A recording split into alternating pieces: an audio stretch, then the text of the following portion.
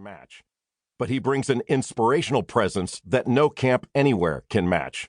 That's how important he is. Both Alan and I are the products of team sports, and I believe we both understand and value how the lessons and principles we learned in team sports can be applied and used in academics, business, and countless other pursuits. For many reasons, the principles that make one successful in team sports resonate with people and reach them on a different level, one that lessons from other endeavors seemingly cannot. In basketball, my team always had an opponent.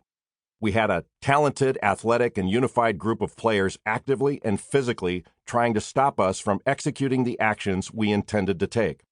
In school and business, I may have had competitors, but I never had an opponent. Never once in my career as a lawyer or broadcaster did anyone actively try to stop me from executing the actions I intended to take. The only one that could stop me was me. This book will help you get out of your own way and free you up to achieve without fear of failure. It won't motivate you because you don't need motivation. It will inspire you. I've spent the last 26 years as both a lawyer and a broadcaster.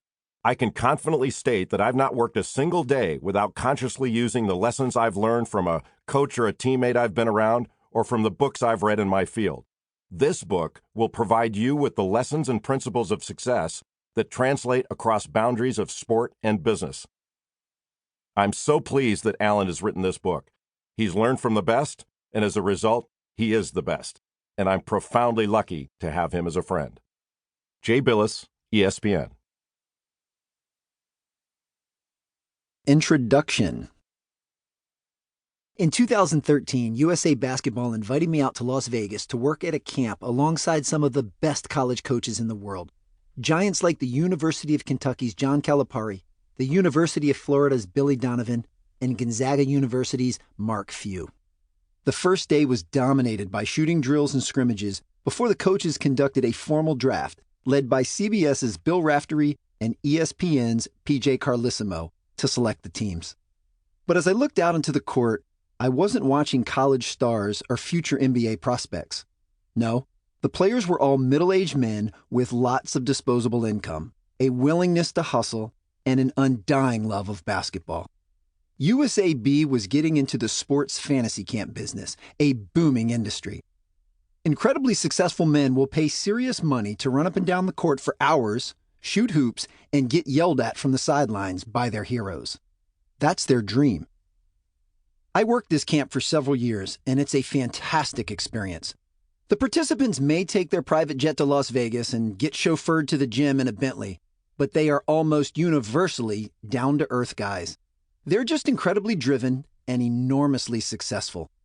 The glamour of being a multimillionaire and Fortune 100 CEO drains away as they pan up and down the court with their headbands, gym shorts, and for some, beer bellies. But this doesn't diminish them in my eyes. Not at all. In fact, it elevates them. I love how seriously they take the games, how intensely they prepare, how they get out there early to do foam rolling and stretching, how they scream their heads off at the referees after a blown call. During breaks in the day, they're making calls, conducting deals, and running their businesses. Then the games start up and they're on the court again, boxing out and hustling back on defense. They're hyper-competitive. It's how they got where they are in life.